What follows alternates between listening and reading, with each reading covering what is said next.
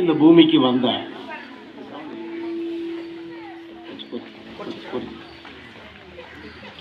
ஆண்டவராகிய இயேசு கிறிஸ்து ஏன் இந்த பூமிக்கு வந்தார்?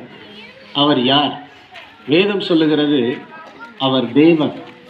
இந்த பூமியில மனிதன் சீர்கெட்டவனாக, வழி தவறினவனாக, பாவம் செய்தவனாக, நிம்மதியற்றவனாக காணப்படுகிறான்.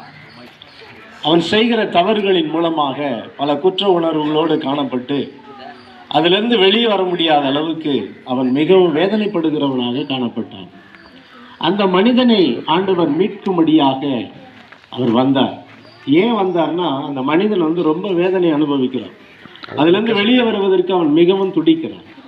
இயேசு அதை பார்த்தார். அவர் தேவனாயிருந்தும் அவர் மனிதனாக மாறி இந்த பூமிக்கு வந்து ஆண்டவராக இயேசு கிறிஸ்து மனிதனுடைய பாவங்களை நிவர்த்தி செய்ய வேண்டும், அதிலிருந்து அவனை விடுதலையாக்க வேண்டும் என்பதற்காகவே அவர் தம்மை தாமே ஒப்பு கொடுத்தார். சிலுவையில் ஒப்பு கொடுத்து பாவிகளாயிருந்த நம்மை அவர் மீட்டெடுத்தார், நீதிமானாக மாற்றினார். குற்ற உணர்வோடு கூட இருந்த நம்மை அவர் விடுதலையாக்கினார். பாவத்திலும் சாபத்திலும் வாழ்ந்து கொண்டிருந்த நம்மை அவர் விடுதலையாக்கினார். தேவனுடைய ராஜ்யம் உங்களுக்கு சமீபமாக இருக்கிறது, அப்படியாக மனம் திரும்புங்கள், பரலோக ராஜ்யம் சமீபமாக இருக்கிறது என்பது வேதத்தில் சொல்லப்படுகிற, நிறைய இடத்துல சொல்லப்படுகிற ஒரு வசனங்கள். ஆக மனம் திரும்புங்கள், பரலோக ராஜ்யம் சமீபத்திருக்கிறது. ஏன் நான் மனம் திரும்ப வேண்டும்? ஏன் பரலோக ராஜ்யம் சமீபத்திருக்கிறது? பரலோக ராஜ்யம் என்று சொன்னாலே அது ஆண்டவரை ஆகிய இயேசு கிறிஸ்துவை மட்டுமே குறிக்கிறது. அவர்தான் அந்த ராஜ்யத்துக்கு அதிகாரி. அவர் மேலே இருக்கிற ஒரு ராஜ்யத்தை குறித்து சொல்லுகிறார். அந்த ராஜ்யம் சமாதானம் உள்ள ஒரு ராஜ்யம், அது நித்திய ராஜ்யம், சந்தோஷம் நிறைந்த ஒரு ராஜ்யம். அந்த ராஜ்யத்தை மனிதனுக்கு தரும்படியாக அவரே பூமிக்கு வந்தார். யோவான் ஸ்நானகன் உலகத்தில் வாழ்ந்த ஒரு மனிதன். அவர் சொல்லுகிறார், மனம் திரும்புங்கள், பரலோக ராஜ்யம் சமீபத்திருக்கிறது. அந்த ராஜ்யம் நம்ம கிட்ட வந்திருக்கிறதுனால ஒரு மனம் திரும்புதலை சொல்லுகிறார். எதிலிருந்து நாம் மனம் திரும்ப வேண்டும்?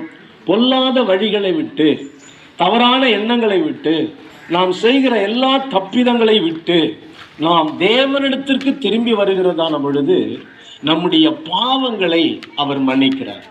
மனிதன் செய்கிற பாவங்களின் நிமித்தம் மனிதன் பல குற்றங்களை உடையவனாக மாறுகிறான், தண்டனைக்குரியவனாக மாறுகிறான்.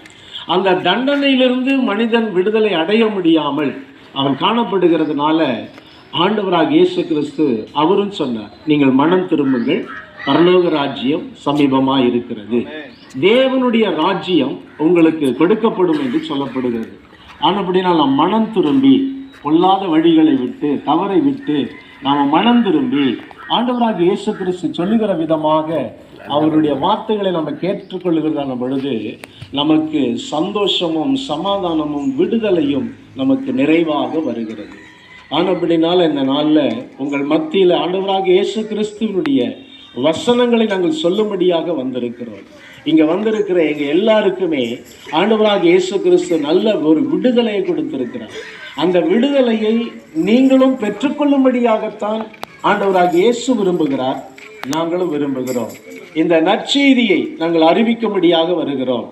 இயேசு கிறிஸ்துனுடைய சுவிசேஷ வசனத்தை சொல்லும்படியாக உங்கள் மத்தியில் வந்திருக்கிறோம்.